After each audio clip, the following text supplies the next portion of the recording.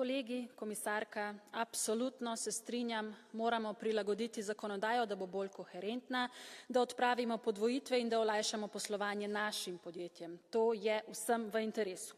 Ampak način, kako ste se tega lotili, ni primeren in predvsem ne bo imel želenega učinka, zato ker določene zadeve združujete tam, kjer so nezdružljive.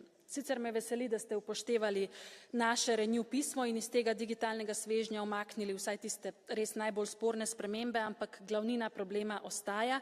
Rahljate varovalke in na stežaj odpirate vrata za hranjenje sistemov umetne inteligence z osebnimi podatki Evropejk in Evropejcev. In to bo težko pomagalo evropskim startupom, ki so se trudili spoštovati pravila, je pa lahko darilo ameriškim gigantom. Podobno torej kot s carinami, le da tukaj kot valuto ponujate podatke naših državljank in državljanov, očitno brezplačno.